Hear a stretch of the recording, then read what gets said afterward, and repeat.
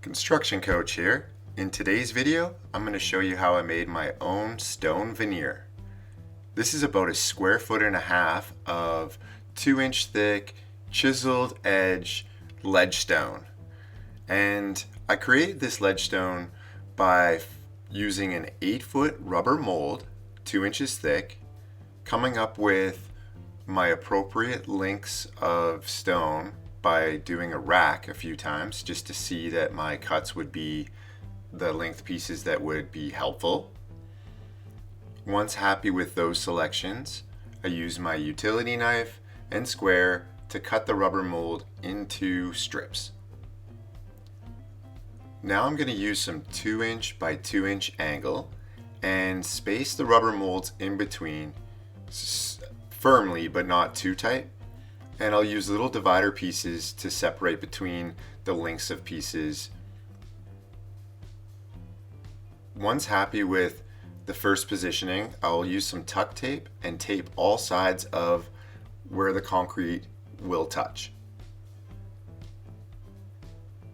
I find this makes the concrete pop out of the forms easier rather than it kind of bonding to the steel. After applying tuck tape to the 2-inch dividers, I will insert the molds. For the first side, fasten the 2-inch dividers down and insert the molds for the second side. Here's a quick look of what we got here. Looks nice and tight. Looks like it's going to hold concrete very well. And I'm hoping that the pieces will come out easy afterward because of the tuck tape.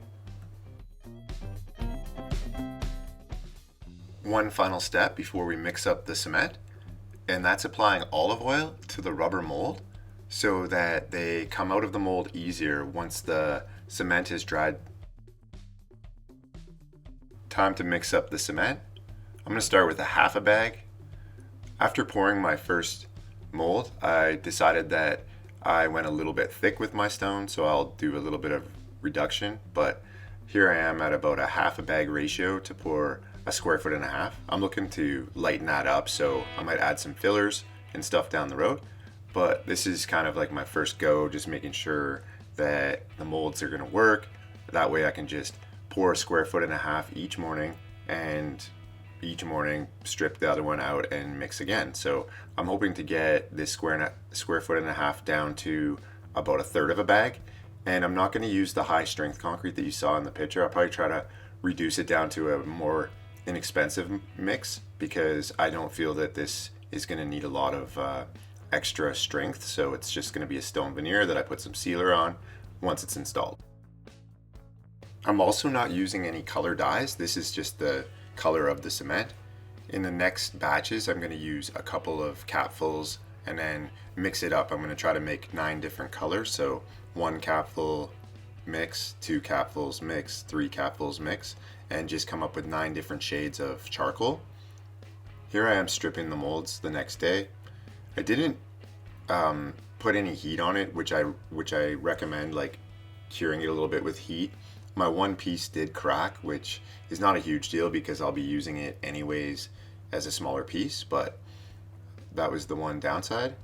And I'm pretty happy with this. Like, it looks really a lot like the cultured veneered stone or whatever you want to call it. It looks really similar to the stuff you can buy in the store. It's a little jagged and a little chunkier, but I'm going to reduce the thickness on these next pours and add some dye to get it going.